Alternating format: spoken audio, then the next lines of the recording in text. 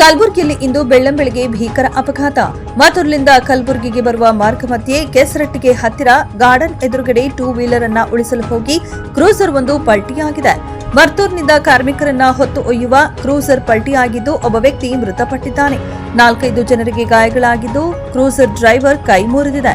ಮೃತಪಟ್ಟ ವ್ಯಕ್ತಿ ಸೂರ್ಯಕಾಂತ್ ಮುರುಗನೂರು ಅವರ ಸಿದ್ದರಾಮ್, ವಯಸ್ಸು 45 ಅಂದಾಜು ಎಂದು ಗುರುತಿಸಲಾಗಿದೆ. ಮೃತನ ಕುಟುಂಬದ ಅಳಿಲು ಮುಗಿಲು ಮುಟ್ಟುವಂತಿತ್ತು. ಸಂಬಂಧಪಟ್ಟ ಪೊಲೀಸರು ತನಿಖೆ ನಡೆಸುತ್ತಿದ್ದು ಪ್ರಕರಣ ದಾಖಲೆ ಮಾಡಿಕೊಂಡು ಮುಂದಿನ ಕಾರ್ಯಾಚರಣೆ ನಡೆಸುತ್ತಿದ್ದಾರೆ.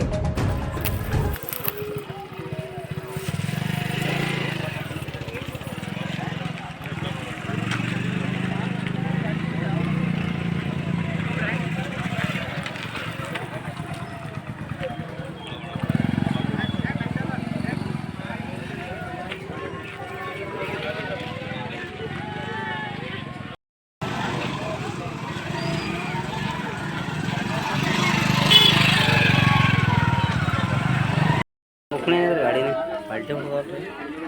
ಪಲ್ಟಿ ಹೊಡೆದ ಅಲ್ಲಿದೆ ಪಲ್ಟಿ ಹೊಡ್ಬೋದು.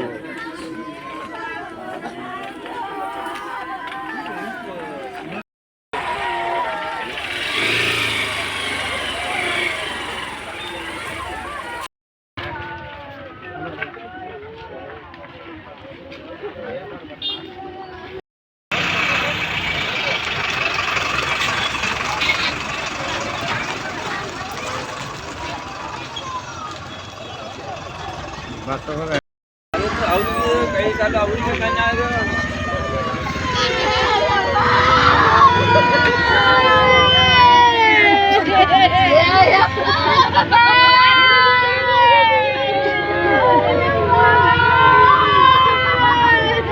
ಏನಾಗ್ಯದ್ರಿ?